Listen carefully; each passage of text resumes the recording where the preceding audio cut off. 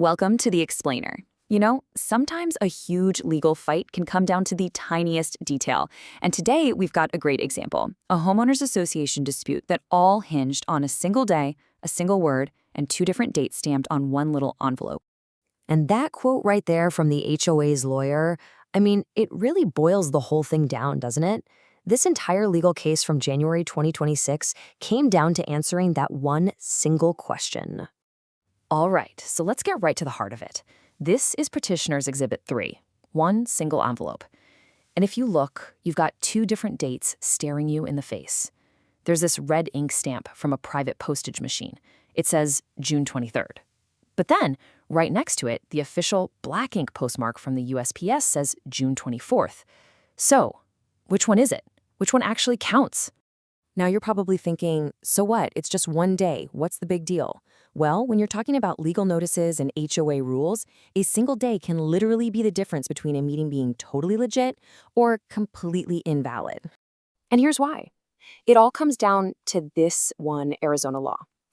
The statute says, flat out, that for a special meeting, homeowners have to get notice at least 10 days in advance.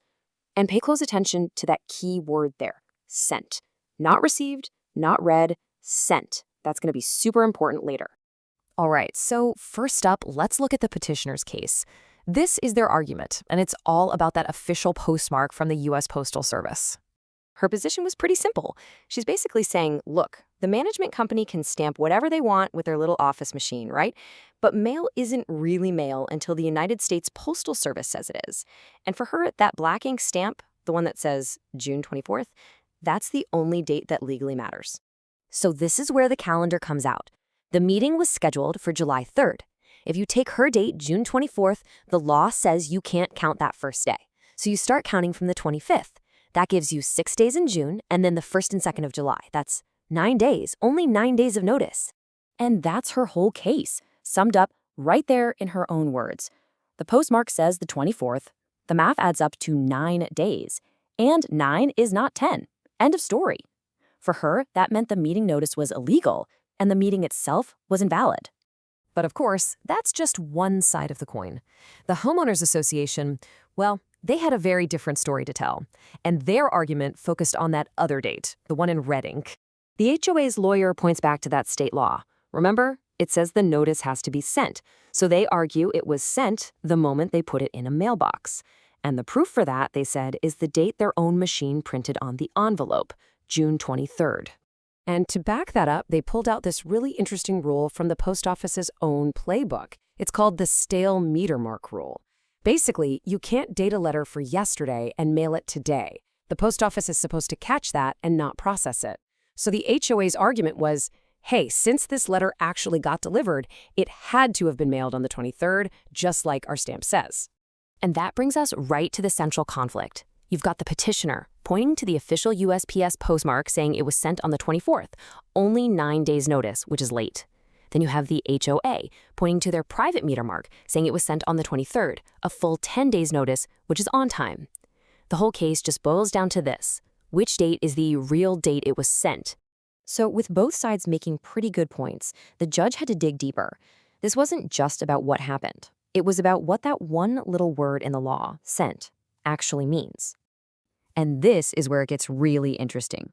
The judge went straight to the source, the USPS Domestic Mail Manual. And look at what it says. A postmark shows the date of the first automated processing operation. It does not necessarily show the date of acceptance. That's a huge distinction. This was the light bulb moment for the whole case. The judge realized the law says sent, but the envelope shows a postmark. And according to the post office itself, those two things are not the same and can happen on 2 different days. It's as simple as that. Okay, so let's put it all together. Here's what likely happened. On June 23rd, the management company in Tucson drops the letter in the mail. The USPS takes it, but all the mail from Tucson gets trucked overnight to a big processing center in Phoenix. It's not until it gets there on the 24th that it runs through the machine and gets that black postmark. So a letter being dropped off on the 23rd and postmarked on the 24th, it's not just possible, it's totally normal. So now that the judge had all the pieces of the puzzle, the law, the postal rules, the timeline, a decision could be made. So here's the logic the judge followed. 1. The law says sent, not postmarked.